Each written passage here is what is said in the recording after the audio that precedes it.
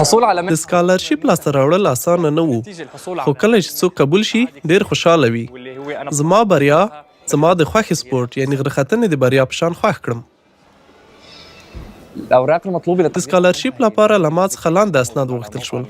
غوښتنلیک چې انلاین موندل کیږي، سی وي او زما د پوهنتون د استاد له لوري د سپارښتنې لیک. وقبول ما همدا شان زما د پوهنتون له لوري یوه تایید لیک ته اړتیا درلوده. الأولية 3 میاشتې وروسته ما د منلو لومړۍ مرحله بشپړه کړه. جامعة برلين وروسته له ما غوښتنه وشوه چې په برلین کې د پوهنتون له یوه استاد سره په جرمني ژبه مرکه وکړم. بعد 3 شهور وروسته هغه یو بل سپارښت لیک راکړ. تم قبولي بالمنحة.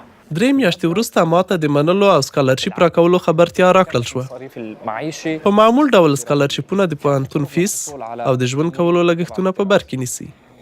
د زده کړو د تمویل لپاره ډېرې لارې شته. الدراسية التي زما په شان سکالرشیپونه د بنسټونو او پوهنتونونو له لوري ورکول کیږي. وقيمة وشروط سکالرشیپ ته په کتو د تمویل موده، شرایط او اندازه توپیر کوي.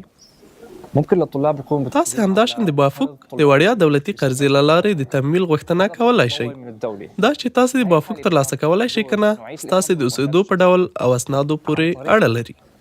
صندوق په دې اړه د معلوماتو او مشورو لپاره له بیلډونګسبراتونګ ګرانټي فاند هوخشوله سره اړیکه ونیسئ. على نصح دا کار هغه وخت وکړئ وعملية چې د زده کړو د تمویل په اړه اضافي معلوماتو او مشورو ته اړتیا وي.